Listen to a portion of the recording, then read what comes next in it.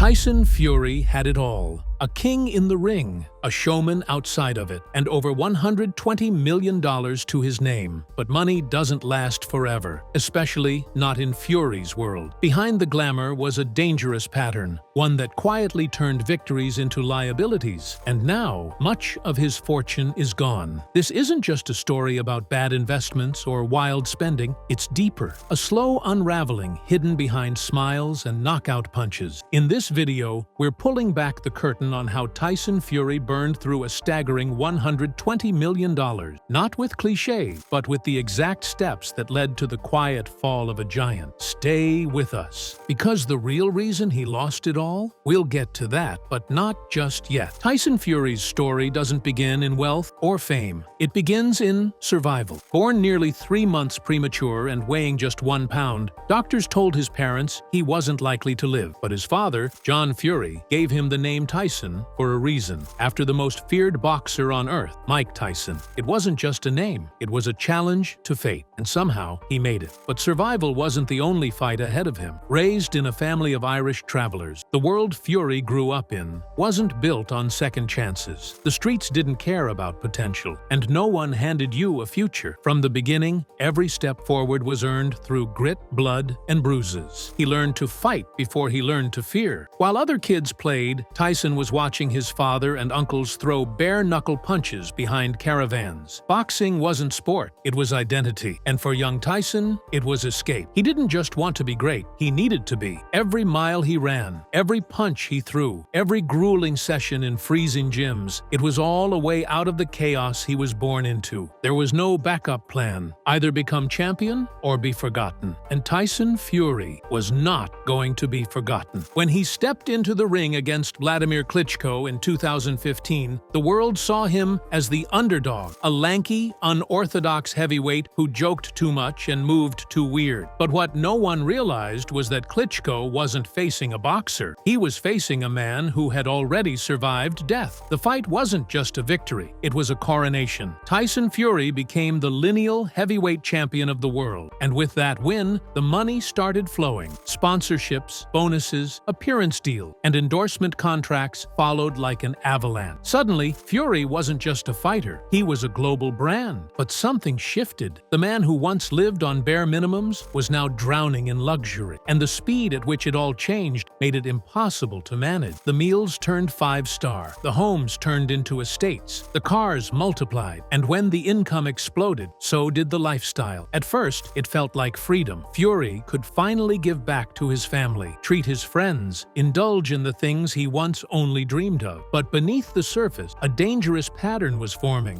one that would later become impossible to reverse. Most people, when they come into money, pause to protect it. But Fury didn't. He laughed off the idea of saving. "I'm not taking it with me when I die," he once said. That wasn't just a casual comment, it was a philosophy. He wasn't building a legacy, he was chasing a feeling. That high, that rush, that moment where everything feels infinite. The problem? It never is. By 2018, Fury had signed a jaw-dropping $100 million deal with ESPN and Top Rank. On paper, it was one of the richest contracts in the sport, a safety net big enough to secure generations. But instead of investing, Fury poured his earnings into the same lifestyle, just upgraded. Private chefs, jets, security teams, cars, homes, watches, designer clothes, spontaneous parties in foreign countries. He gave out Rolexes like party favors, paid for strangers' bills in restaurants, tipped in thousands. Some called it generosity, others called it chaos. Even his family became part of the brand. Paris Fury was everywhere. TV, magazines, documentaries. Tommy Fury was cashing in on reality shows and crossover fights. The Fury name was now a business. But what that meant behind closed doors was something most people never saw. Payrolls ballooned, appearance schedules grew more chaotic, and expectations skyrocketed. He wasn't just providing for for himself anymore. He was bankrolling an entire machine, and machines don't stop once they're built. Then came 2020, the year that should have solidified everything. His second fight with Deontay Wilder was historic. The walkout, the costume, the performance, it was theatrical perfection. Fury earned a guaranteed $26 million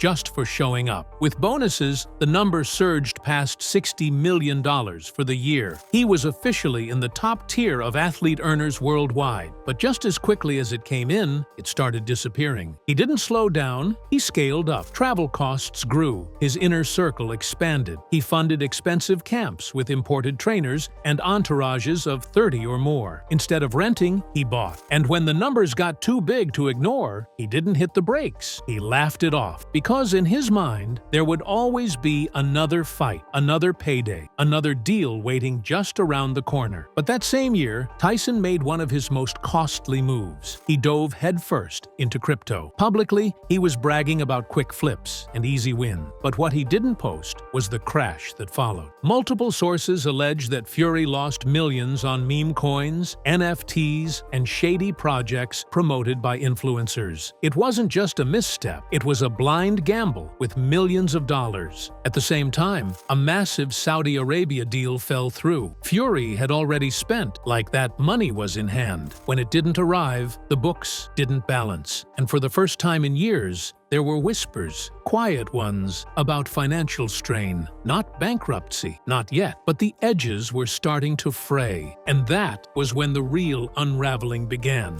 Everything looked glamorous on the outside, but what most fans didn't see was how expensive the Fury family brand had become. Tyson wasn't just paying for a house, a car, or a chef. He was funding an empire. His lifestyle had ballooned into a full-scale operation, one that required 6 figures a month just to maintain. And the hardest part? Much of it was invisible to the public eye. The costs didn't show up in Instagram posts or victory parades. They showed up in tax filings, quiet legal settlements, lavish holidays with extended family, security details for appearances, gifts for friends back home, and the kind of everyday luxuries that add up quickly when you're footing the bill for everyone. For Tyson, loyalty was everything. He once said, "If I eat, we all eat." And he meant it. The people around him weren't just team members, they were brothers, cousins, childhood friends, and neighbors from Morecambe who had stood beside him long before the world knew his name. But as the circle grew, so did the pressure. A personal assistant here, a full-time driver there, a media crew for the Netflix documentary, trainers, dietitians, masseuses. He built his own gym, equipped it like a world-class facility, and staffed it year-round, even during downtime. That's not just a lifestyle, that's overhead. The generosity extended even further. Fury often handed out cash to strangers on the street. He reportedly covered rent for struggling families. He gave away watches, shoes, even cars, just because someone asked. He didn't just want to succeed, he wanted everyone around him to succeed with him. But generosity without guardrails becomes a liability, especially when paired with the belief that the money will never stop. Behind the scenes, some of his team tried to raise concerns. There were murmurs that the spending was unsustainable. A former associate quietly advised him to set up a trust fund. Another recommended a family accountant. But Tyson wasn't interested. "I've been broke before," he'd say. "I'll survive if I'm broke again." And maybe that was true, but the empire he was building wouldn't. His fortune was being pulled in 10 different directions, and no one was keeping track of where it was going. And all of it, all the brand building, the spending, the image maintenance, was about to collide with a much darker reality. Because Tyson wasn't just losing money through spending, he was losing money through something far more silent and far more dangerous. After the Wilder trilogy, Fury was untouchable. He had proven himself as not just a champion, but a dominant force in the heavyweight division. He was respected, admired, and filthy rich. But during the height of his success, he made a decision that would quietly drain millions from his empire. He became his own investor. No advisor, no safeguards, no limits. He dabbled in real estate deals without doing due diligence. One property in Marbella reportedly went unfinished for years, burning through renovation costs, legal fees, and local taxes. He poured money into passion projects that looked good on paper but made no business sense. Pop-up gyms that that closed within months, merchandising deals that never cleared, a failed app, a clothing line that disappeared. The majority of these ventures weren't scams. They were just unmanaged. Fury's wealth wasn't being stolen. It was bleeding out slowly through bad calls, forgotten contracts, and complete disinterest in oversight. Then came crypto. Like many high-profile athletes, Tyson jumped into digital currency at the peak of the hype. He promoted several altcoins on social media, hinting that he'd made millions in a matter of weeks. But when the crash came in late 2021, Fury lost big. Close sources say it wasn't just a few thousand, it was 7 figures. Entire holdings wiped out overnight. NFT purchases became worthless. Tokens he once bragged about were now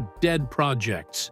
But unlike others who cut losses and retreated, Fury kept going, confident that another big win was just around the corner. He never addressed the losses publicly. He never blamed anyone. That was part of the problem. There was no financial team analyzing risk, no one to pull him back. He trusted the wrong people, listened to hype over advice, and kept making the same bets, again and again. One boxing insider later said he treated investing like gambling, except he wasn't betting with spare change. He was betting with the future. And during this time, Fury's actual income began slowing. Fewer fights, less demand. He wasn't losing money because of a scandal or a lawsuit. He was losing it because the system he built had no foundation. And in the middle of all this financial chaos, something even more dangerous returned, something that had nearly killed him before. Tyson Fury has never hidden his battle with mental illness. In 2016, he shocked the world by vacating all his titles and disappearing from the sport. He later revealed that he had been suicidal, addicted to alcohol, and battling depression that made him gain over 100 pounds in a matter of months. That chapter of his life almost ended in tragedy. But what most people didn't know is that it wasn't over. It never really ended. Fury's comeback was nothing short of miraculous. He dropped the weight, returned to the ring, and began inspiring millions with his honesty about mental health. But privately, the fight never stopped. He cycled through manic highs and crushing lows. And during the highs, he spent recklessly. During the lows, he disappeared, sometimes from training, sometimes from financial responsibilities, and sometimes from his own family. One moment, he was donating thousands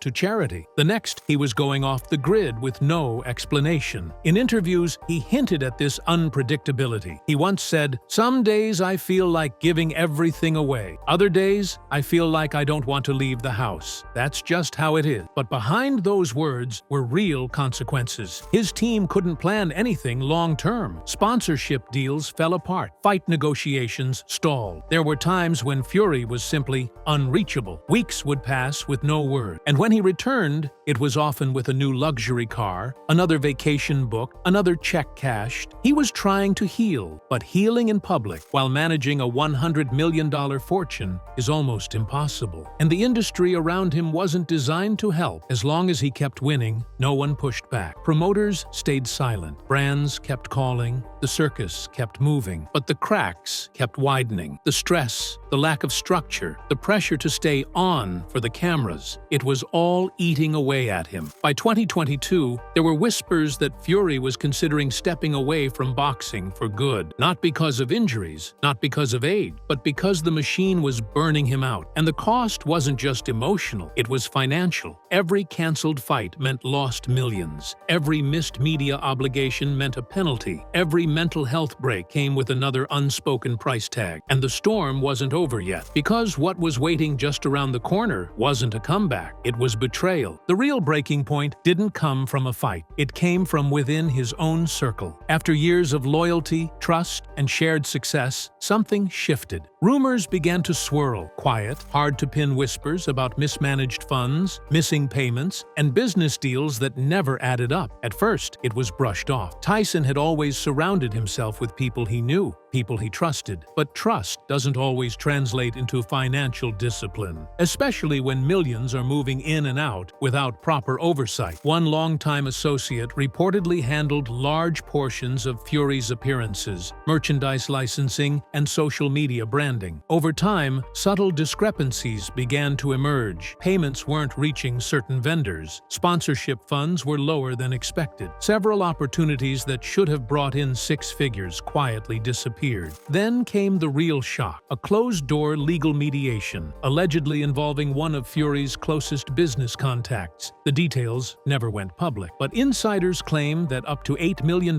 vanished through a mix of mismanagement, poor bookkeeping, and questionable contracts signed in his name. Tyson didn't blow up. He didn't take it to social media. He did what he often does in times of betrayal. He went quiet. Associates were let go. Certain family members were moved out of the business. Handlers were replaced. But the damage was already done. Trust, once broken, doesn't return. And more importantly, that money wasn't coming back. What made it worse was that this wasn't an isolated incident. The structure around him had started to erode. There were people in his corner who didn't understand contracts, didn't follow up with legal filings, didn't double-check the details. And because Fury didn't micromanage, things slipped through the cracks. The leaks weren't explosive, they were slow and constant. And the more people who had access to his fortune, the more directions it began to disappear in. No one in the media picked up on it. There were no headlines. No Tyson Fury robbed blind breaking news. But if you looked closely, you could see the shift. He stopped flashing his watch collection. The social media posts about jets and massive donations slowed down. His interviews turned more measured, not bitter, just guarded. The heartbreak wasn't just in the lost money. It was in the realization that the people closest to him weren't always acting in his best interest. And for a man who had always prided himself on loyalty above all else, that truth cut deeper than any financial loss ever could. But betrayal was only one piece of the collapse. Because while his inner circle was cracking, a new threat was rising fast, and it came with courtrooms, contracts, and dollar signs attached. The lawsuits didn't hit all at once. They came like waves, low at first, then rising higher with each pass. Licensing disagreements, appearance cancellations, contractual disputes. Some were justified, others were opportunistic. But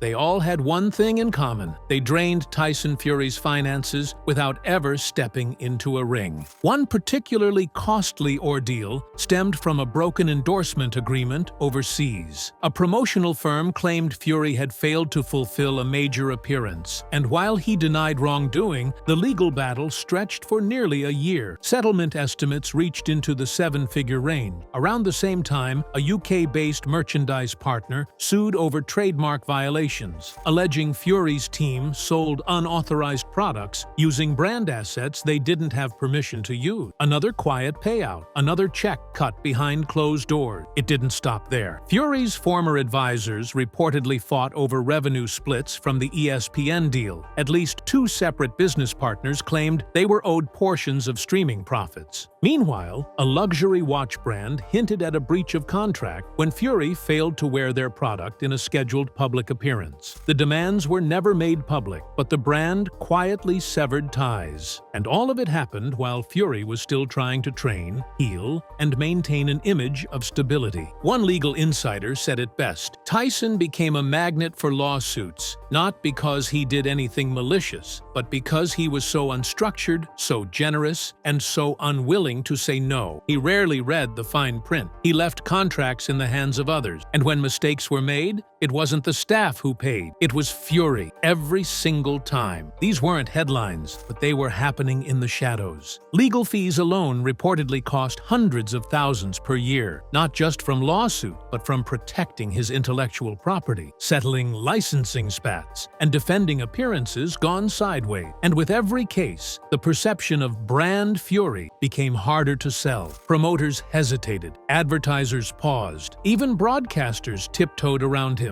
Not because they feared scandal, but because behind the charisma and championship belt was a logistical nightmare. Fury didn't come with a reliable infrastructure. He came with emotion, unpredictability, and risk. And risk doesn't attract long-term investment. The result? A quieter version of the collapse. Not an explosion, just a long, grinding, slow-motion descent. And as the legal fees stacked up, the real question emerged. What was Tyson Fury actually left with? Publicly, he still looked like a champion. The cars hadn't vanished. The training clips still came out. The charisma still flickered in interviews. But those who watched closely could sense something had changed. The energy had shifted. The shine was duller, and the wealth that once seemed limitless started looking more like an illusion. Behind closed doors, the empire was shrinking. Property taxes were overdue. Investment accounts had been drawn down. Cars had reportedly been sold off, not all at once, quietly, strategically. Pieces of the lifestyle peeled back. Fury was still rich, make no mistake, but the financial cushion was no longer bottomless. Multiple sources estimate that while his net worth might still be listed around $30 to $40 million, the majority of that is tied up in assets, physical assets, homes, cars, things that can't pay court fees or support a brand with monthly expenses north of 6 figures. The liquid cash? Some claim it's well below 7 figures.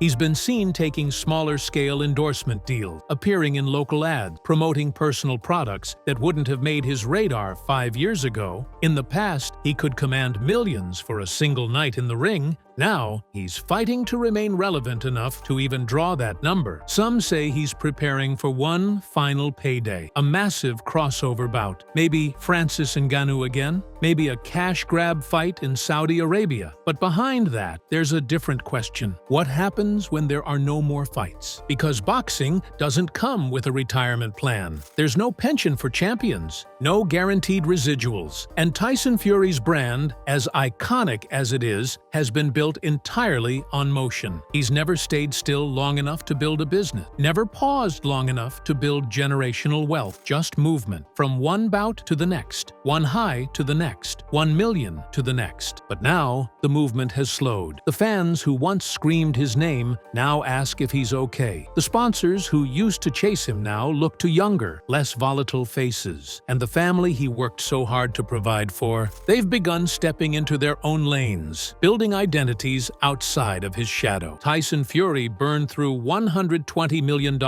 not because of one mistake, but because of many. Generosity without structure, trust without caution, fame without foundation. He was too fast, too successful, too loved to be stopped in the moment. But now, the moment has passed, and the silence that follows, that's what no one warns you about. The story of Tyson Fury isn't just about winning or losing, it's about what happens when the money runs out and there's no one left to fight but yourself.